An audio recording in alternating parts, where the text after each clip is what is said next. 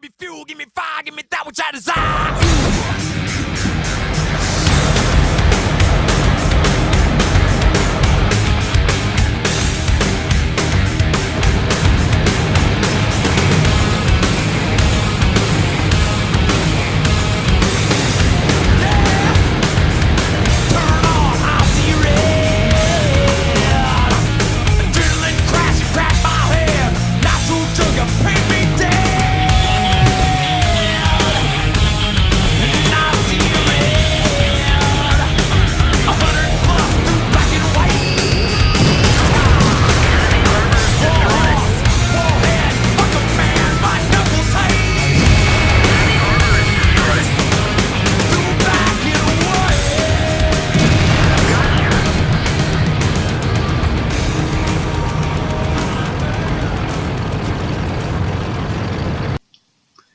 Good evening, everybody. Welcome back to World of Tanks with Scout.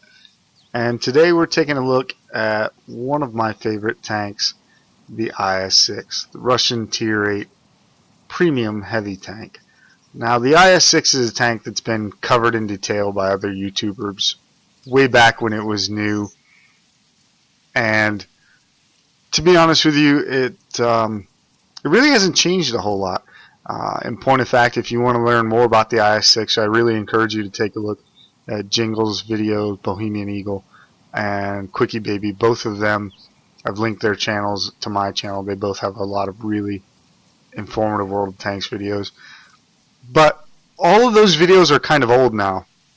And so what I wanted to do was take a quick look at the IS6 in light of all the patches that have happened since the IS6 was released. And just real quickly get an idea of, yes, the tank hasn't changed a whole lot, but the game hasn't. Is the IS6 still worth it? Even now in patch, what are we on? 8.9 now, I think. So, taking a look at the IS6 again, like I said, its stats really haven't changed as much as far as I know, if at all. 1,550 hit points, as you see here, is it's average. It's a little bit more than the IS3, not nearly as much as the KV4, and actually a little bit less than the Tiger II and the T32.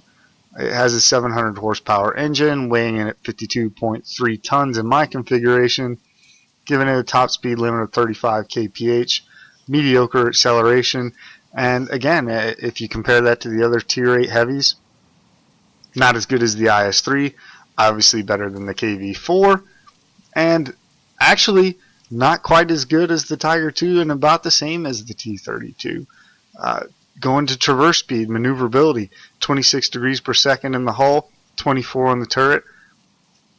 Here again, not as good as the IS3, better than the KV4, but that ain't saying much.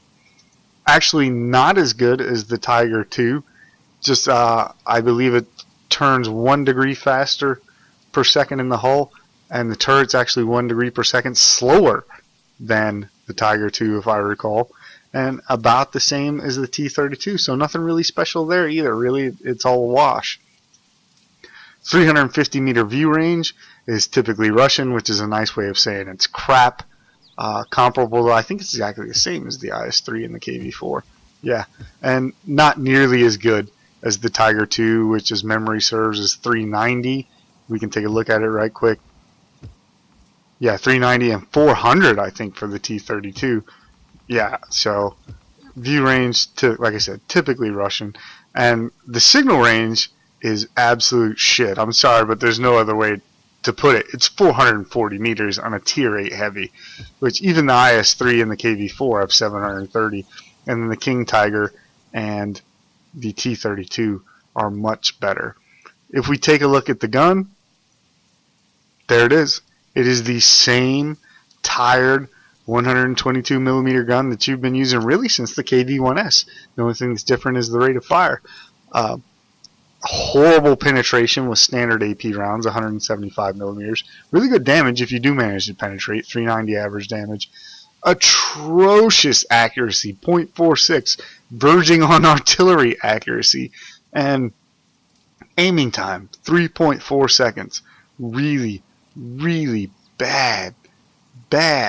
It is a it was a good gun at tier 6. It's really getting tired here at tier 8. Really tired. And what's left is the armor. And taking a look at the armor, 100 millimeters on the hull front and sides, 150 on the turret front and sides, 60 on the hull rear, and 100 on the turret rear. Really seems like crap, yeah?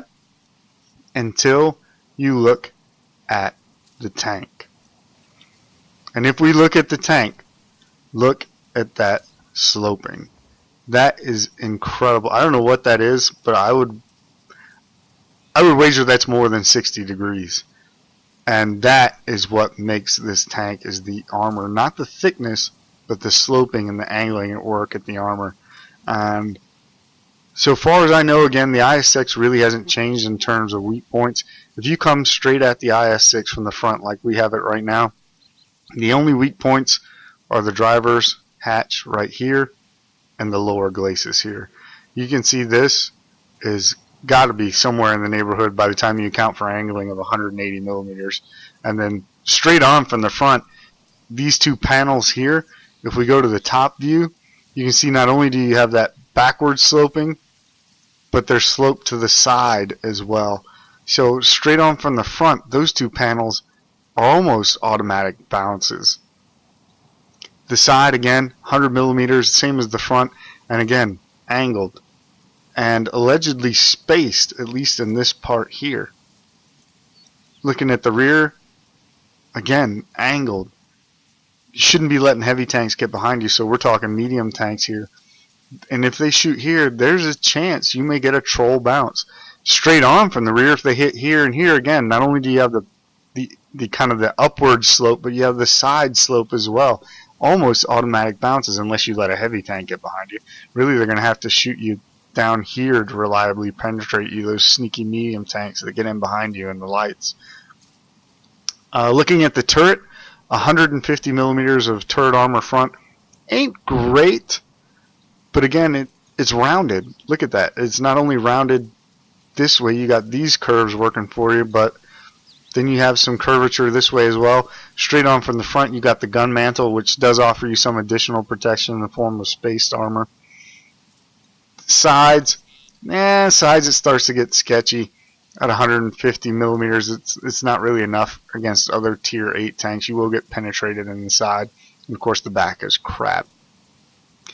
Do be cognizant of your hatches here. They are weak points, but as you can see, they're pretty low profile, pretty slim and hard to hit unless you're face hugging people. And that's really it. That's the IS6, and I got to tell you, even after all this time since the IS6 has been released, it has still got it. It is still a worthwhile tank because of the armor and because it's a premium tank. So first of all, it gets preferential matchmaking. You will never see a tier 10 match in this game unless you platoon with someone that will pull you into a tier match. Worst case scenario, you'll be fighting tier 9 tanks, in which case, yes, your gun is woefully inadequate. But as a premium tank, it does get a credit bonus, so you can fire APCR rounds, premium rounds in this tank, and as long as you don't go hog wild with it, you will still turn a profit, which is a great thing about this tank. And then of course, as it is a Russian heavy, you can slot in any Russian heavy crew to crew it, and they will get crew experience bonuses, and you'll get an experience bonus for the game. So all in all, I would have to say that even after all the patches that have come out since this tank was introduced, yes, if you are looking at going down the Russian heavy tank line, this tank is still worth it. It is still an amazing tank, and it's still a lot of fun to play. So without further ado, let's take a look at some game footage in the IS6. So here we are in a tier 8 assault game on Karelia. I'm in my IS6, not in a platoon. And as you can see, this is not quite a tier 8 game in that there's only 3 tier 8 tanks on the opposing team. And this is the kind of matchmaking that the IS6 really excels in, because any tank that's lower than a tier 8 is really going to struggle to penetrate the IS6, as you're going to see. I like to see tanks. I don't really care who's driving them. And we're defending in this assault game, and I'm going to move down the southwest side of the map. In my experience, there's usually a pretty decent sized heavy tank push coming down this way. And while you do see a lot of combat up at Alpha 7, and there will be a crowd of heavy tanks that will converge on that rock right there at the corner where you see that medium tank, typically, in my experience, not enough people come down here and block this avenue. And if the opposing team assaults heavy down here, then you can often get rolled up on this flank. So that's why I took my IS6 down here. And you see a brave T-25 AT pulling up in front of us. I don't know why he's not back behind me covering me, but alright. Better him than nobody, I guess. And there you see exactly what I'm talking about. There's the AMX 5100. Very dangerous tank. Trying to get down here and take advantage of the fact that most folks don't come to this flank when they're defending, not in their heavy tanks. Now, because we're defending, I'm going to play it patient a little bit, use this rock, and just wait and see what else comes up over this rise, because I'm expecting them to come up here and try to get eyes further north. And there's the Yag Panther, probably trying to do exactly that. We're going to take aim here. Thinking about, yeah, that's what I thought would happen. Kind of a chintzy shot. I thought about it for a while. I was hoping he would move, pivot a little bit, give me a little bit more of the top of his vehicle to shoot at, but he didn't. Until that shot misses. We'll come up here and take a shot of this AMX 5100. Not a well-armored tank, so a perfect target for this gun. Go back behind the rock to reload. Come out and see if he's foolish enough to sit there again. No, maybe this Yag Panther. Yag Panther puts a shot into us, but it bounces.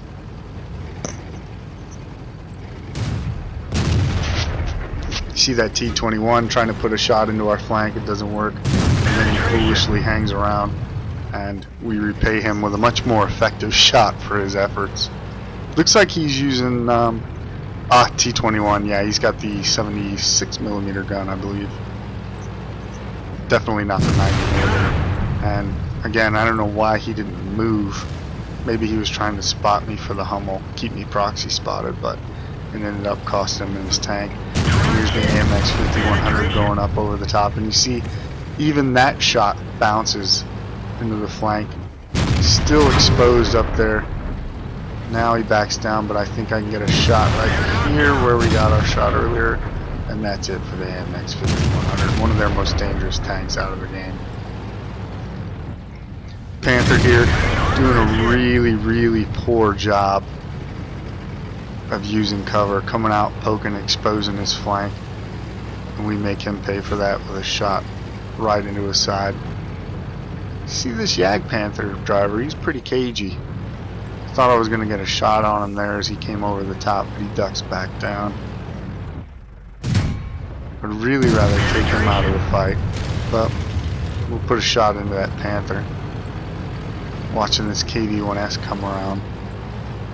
You saw we bounced. Here we go. There, finally. He hangs out a little bit too long, and we put a shot into that Yag Panther's lower glacis. Watching this KV-1S. Don't really want to take a shot from him. If he loads premium rounds, it may go in. Looks like it just bounced here. Again, the Yag Panther hangs out a little too long. Puts a shot into the tank that does penetrate, and I donk the shot incredibly. Here's this Panther. I really thought I was going to finish him right there, but he backs off. Take a shot, another one from that Yag Panther that damages the ammo rack. I'm going to wait and use the repair kit. I want to put a shot into the KV-1S there. Now we repair the ammo rack for the reload. And if you look at the minimap, you'll note that we're holding this corner pretty much by ourselves against 4 tanks, counting the AMX 5100 that we killed, 5 if you count the T-20. this KV-1S is done. Kind of sucks to have to put a shot into him for 4 hit points, but it's a premium tank. We'll take it. Won't cost us much money. You see the Panther trying to get around T-25, and I was a little bit scared there for a second that I might hit the T-25, but we get the shot into his flank and finish him as well. You'll note by the scores that the team has done extremely well on the other flank, and the opponents only have 2 vehicles left, the AT-8 and the Hummel. And like I've said in my other videos, I despise artillery. It seems like they're always aiming at me, although they weren't this game. Kind of surprising. So I'm going to push back here and try to find this Hummel and see if I can kill him, just because it makes me feel good. Probably the EZ-8 and the T-25 will beat me there, because as we saw in the garage, the IS6 surprisingly is not a quick tank. But as you can see from this video, even though the stats aren't that good, it gets around the battlefield alright. It's nowhere near as bad as the KV-4. Oh my god, that thing's like driving a semi in a tar pit. And at this point, I've pretty much surrendered to the fact that the EZ-8 and the T-25 are going to destroy that Hummel long before I get there. So what I'm going to do is move along the riverbed here in the event the Hummel is on the hill and tries to dive down the hill to get away. I'm hoping I can get a shot on him before he crashes his tank and kills himself. But no such luck, and the EZ-8 gets the kill on the Hummel. Let's take a quick look at the results screen. 62,635 credits, not bad. 2,160 experience points, double for the first victory day. Again, not a bad result. We got a steel wall and a sniper medal out of that game, as well as a master gunner ribbon. If we pull up the team scores, you'll note that we did 2,909 points of damage, got 4 kills, 1,080 base experience, pretty much dominating that game. Note that Hummel driver actually did well for his team, and unfortunately the rest of his team just utterly failed him, especially that AMX 5100, getting himself killed so early in the game and only doing 541 points of damage really did not do much for his team at all. Looking at the detailed report, it shows 14 shots fired, 12 direct hits, 11 penetrations. Again, this gun performs well as long as it's not in a vastly majority tier 8 game. Then you're going to run into problems trying to engage other tier 8 heavies and some tier 8 tank destroyers from the front, let alone in a tier 9 game. And more importantly, like we talked about in the garage, 15 hits received, only 3 of which penetrated. The other 12 bounced. Total potential damage received 3,120, which is over twice the amount of hit points that this tank has. Had to do some quick math in my head there. So, great result in the IS6.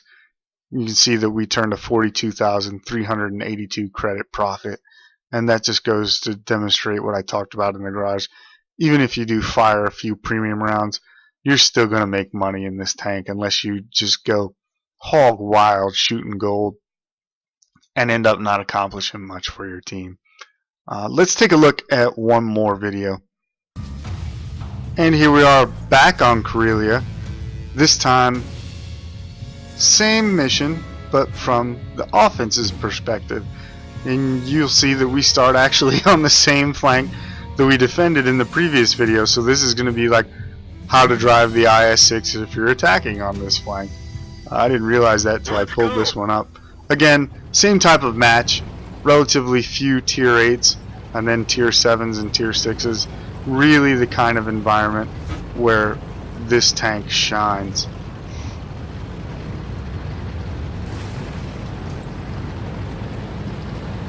And like we talked about in the garage, you'll see here the tank struggles going up and downhill because it's not particularly fast. Oh, slowing all the way down to 10, 9, 8 at some points, kilometers an hour trying to get up this hill.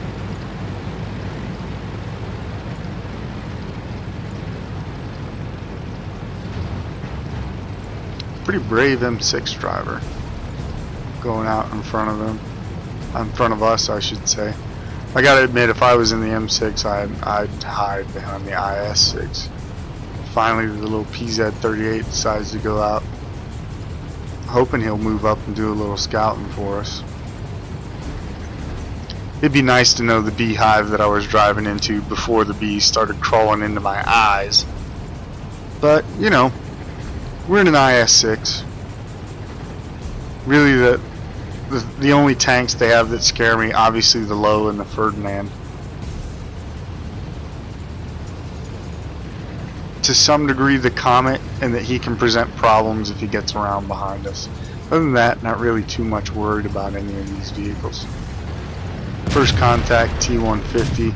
He's focused on our M6 friend, which gives us a free shot right into his flank. And incredibly, he just now notices us and then goes back to the M6. I guess he decided that there wasn't any way he was going to penetrate us, so why bother? So we put another shot into his cupola, wait on the gun to reload, and the M6 finishes him off.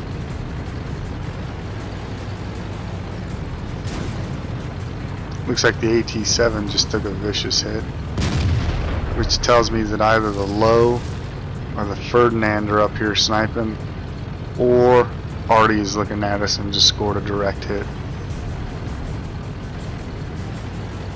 Either of those prospects, any of them I should say, not especially pleasing. And yep, there's the Ferdinand, and his shot penetrates. Something you want to be cognizant of as you're driving the IS6, remember that your armor is sloped kind of back and up towards the turret, so as you drop the nose of the tank down, you'll actually undo some of that angling.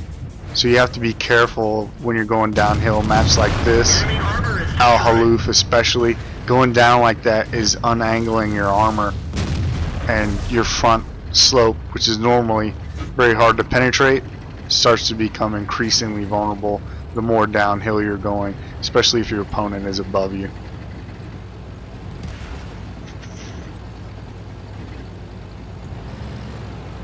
Don't really want to charge in head to head against the Ferdinand, so took the right here, try to get in the low round, get around behind him. Hopefully he's busy with other tanks.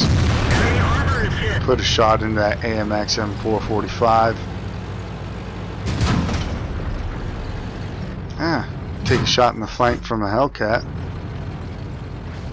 Now I'm starting to realize that I'm up here by myself, and the rest of my team is still camping way back there at Juliet 1. So I back off and hope that maybe somebody other than the PZ38 will come up and give me a hand. But apparently not. Watching that Hellcat on the flank, don't think he's got the gun depression to hit me. Hoping I can get up here behind these rocks before the M6 can get a good shot. There's a good shot into his turret, and then the T-29 on the other flank finishes him off. Trying to use these rocks to hide myself from the Ferdinand and that AMX M445 and line up a shot on this Comet. I don't know that that Comet even knows we're here. Not really sure what he thinks he's accomplishing way up there. Note to self, when driving a Comet, don't go hide way back there. There's another M6 on the cap. And still, I've been up here waiting for how long? And my team is back there getting decimated at Hotel 1 by this Ferdinand because they won't move up. It is always better to bound from cover to cover and maybe risk taking 1 or 2 shots closing with a tank destroyer than to just stay all the way across the map from him and try to poke and play games, especially when that tank destroyer happens to be a Ferdinand. I mean, come on. Ugh. But you know, it's World of Tanks. If you played World of Tanks for more than a day, you've seen this. Right now the team's behind 10 to 11. It looks like I'm gonna have to do this all by myself. So we're gonna come out here and take the shot, put a shot in the AMX M45, repair the tracks, and now see if I can get behind or beside this Ferdinand. That is a very fortunate shot. I'm surprised that went in. Now you see me loading premium because I've got to get this Ferdinand killed before he kills me. I'm going to take the shot on the AMX M445. Remember what I said in my other videos. It is always better to even the odds first, because even on 5 hit points, that AMX does just as much damage as he'd done if he had 100. Fortunately, the SU-152 saves me there from the Ferdinand, because I was really about to get annihilated by that Ferdinand. That was one of the first times I'd ever actually played against a Ferdinand. I didn't realize how strong he was up on the superstructure. There you see me taking a shot with a damaged gun because we used our repair kit to fix the tracks, and fortunately it goes in, and the Comet's the last one left and we win the game. Let's take a look at the results screen. So you'll note that was our mastery badge in the IS6, and we got 4 medals for that game. We got the steel wall, we got the Spartan medal, we actually got a patrol duty medal because everyone insisted on camping behind us, and we got a sniper medal. You can see we got tons of spotting damage in that game. 135,391 credits. I'm sure when we look at the detailed report that was part of an event. And 4,184 experience. Granted, it was a double first victory for the day, and it was when I had a premium account. Looking at the team scores, you can see that we did 3,538 points of damage. The only one on our team that even came close was that SU-152, who also, to his credit, had a great game. 2,988 points of damage, 6 kills. And the Ferdinand on the opposing team also played a great game. 3,697 points of damage for 4 kills. But hard to compete with 3,500 points of damage and the amount of medals that we got in terms of experience gain. That's a little bit out of control.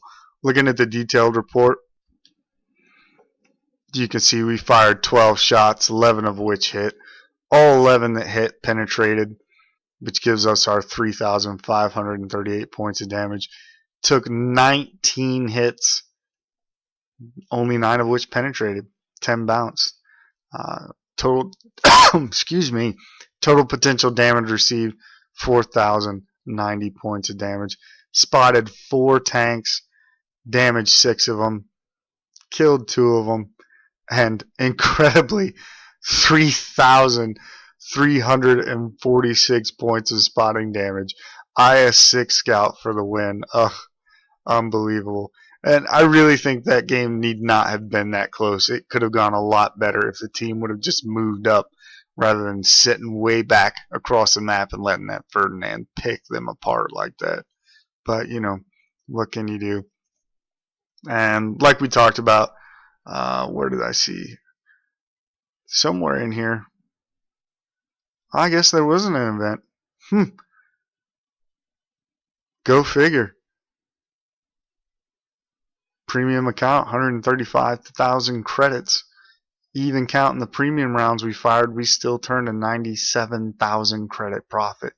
Again, just goes to show you the experience and credits that you can earn in this tank. It really is an earning machine. So yeah, like I said in the garage, even after all the changes that World of Tanks has undergone since the IS6 was introduced, I still think it is well worth the investment, especially if you're going up the Russian heavy tank line. And even if you're not, if you're just looking for a fun tank that you can troll people with, this is definitely it. I have a lot of IS6 footage. I'll be putting up a few more games with the IS6, some Top Gun games, and some games with the IS6 that feature a lot more Tier 8 and Tier 9 tanks to show you how it works in a more competitive environment. But I really wanted to show what you can do with the IS6 when you get good matchmaking and what it's capable of earning. So I hope you enjoyed the videos. I hope you learned something specifically again that give the IS6 some consideration if you're looking at a premium tank. Hope you enjoyed it. Thanks for watching, and we'll see you next time.